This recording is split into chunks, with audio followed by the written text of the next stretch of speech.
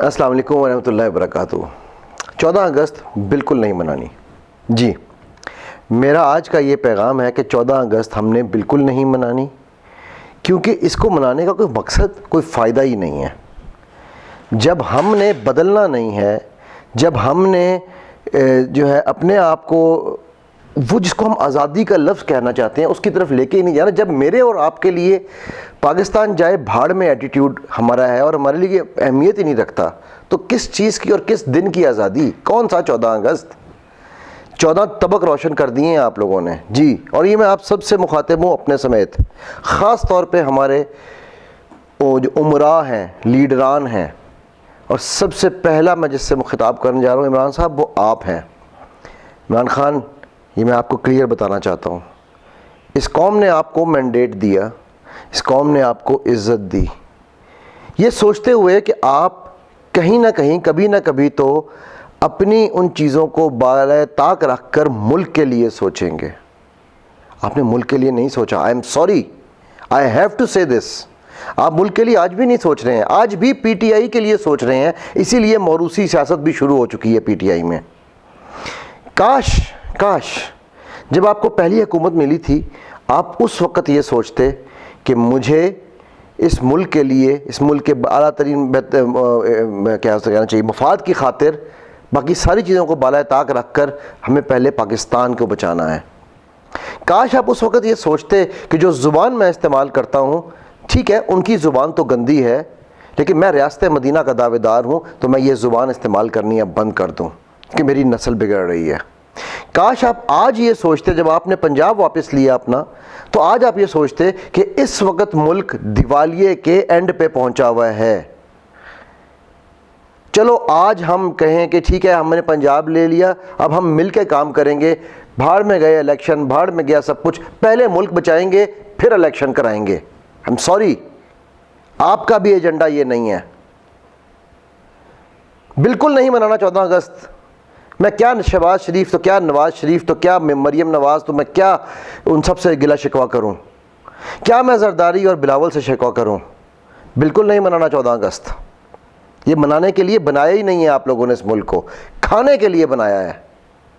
آپ سب میں سے کسی کو اتنا سا احساس نہیں ہو رہا کہ یہ قوم جس کو ہم پاکستانی قوم کہتے ہیں، اس کو قوم بنانا ہے ہم نے، اس کو مسلمان قوم بنانا ہے ہم نے۔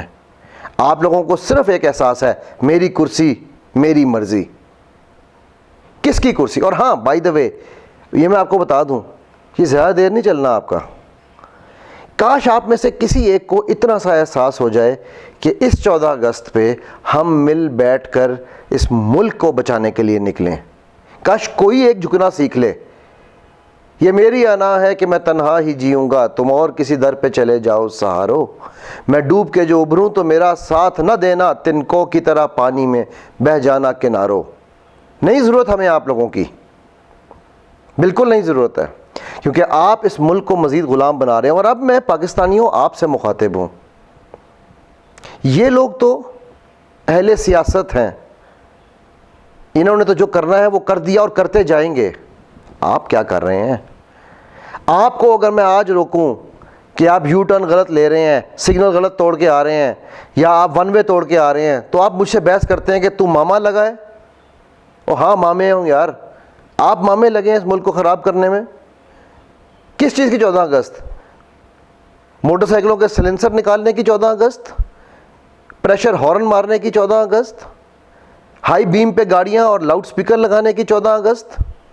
کون سی 14 اگست منا رہے ہیں آپ؟ نہ سمجھو گے تو مٹ جاؤ گے پاکستان والو، تمہاری داستان بھی نہ رہے گی داستانوں میں۔ بند کرو یہ 14 اگست کے ڈرامے، بند کرو حب الوطنی کے نعرے۔ اگر تم میں ذرا سی بھی حب الوطنی 14 ہوتی تو چلو تمہارے لیڈر جو کر رہے ہیں تم لوگ اکٹھے ہو جاتے، لیکن نہیں اکٹھے ہو رہے۔ بٹ میں ایک بات بتاؤں آپ کو، نہیں ہے نا امید اقبال اپنی کشت ویراں سے، ذرا نم ہو تو یہی مٹی بڑی زرخیز ہے ساقی۔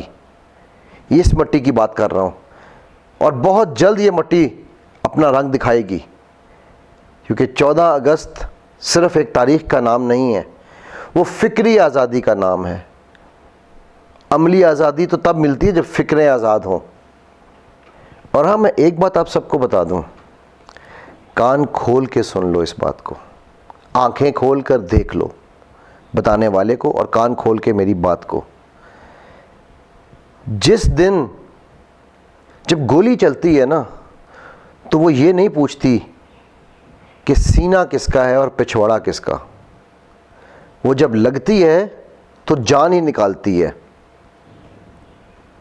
اور وہ فوجی جو اپنے سینے پہ گولیاں کھاتے ہیں, انہیں سلام کرنے کی بجائے آپ مذاق بنا رہے ہو, ان کا گالیاں دے رہے ہو. کیوں؟